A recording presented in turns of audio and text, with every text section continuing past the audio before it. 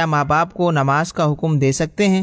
ماں باپ کو نماز کا حکم نہیں دیا جاتا، ماں باپ کو نماز کا کہا جاتا ہے۔ حکم دینا دیکھیں اور ہوتا ہے، ایک ہی بات حکم بھی ہوتی ہے، درخواست بھی ہوتی ہے۔ چھوٹا بڑے سے جو کہتا ہے وہ درخواست ہوتی ہے، برابر والے سے جو کہتا ہے اسے درخواست بھی کہہ دیتے ہیں، التماس بھی کہہ دیتے ہیں۔ بڑا چھوٹے سے جو کہتا ہے اسے حکم کہتے ہیں، امر کہتے ہیں۔ تو اب اولاد ماں باپ کو، اگر ماں باپ نماز نہیں پڑھتے یا کسی وقت وہ نماز نہیں پڑھ رہے، تو اولاد جو ہے وہ ماں باپ سے عرض کرے گی، ان سے عرض کرے گی کہ نماز کا وقت ہو گیا، آپ نماز پڑھ لیجئے، یا آپ نماز نہیں پڑھتے تو آپ نماز پڑھنے کی عادت بنائیں۔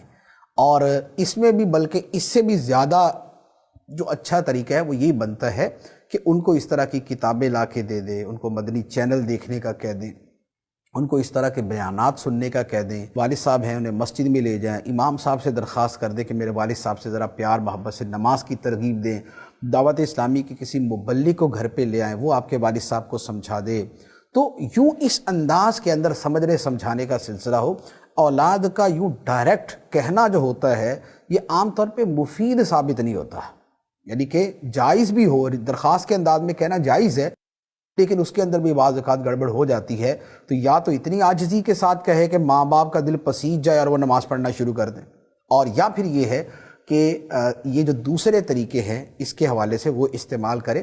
امیر اہل سنت کے اس حوالے سے جو مدنی پھول ہیں، جو نکات ہیں، وہ بڑے خوبصورت ہیں کہ گھروں کے اندر دینی ماحول بنانے کا طریقہ۔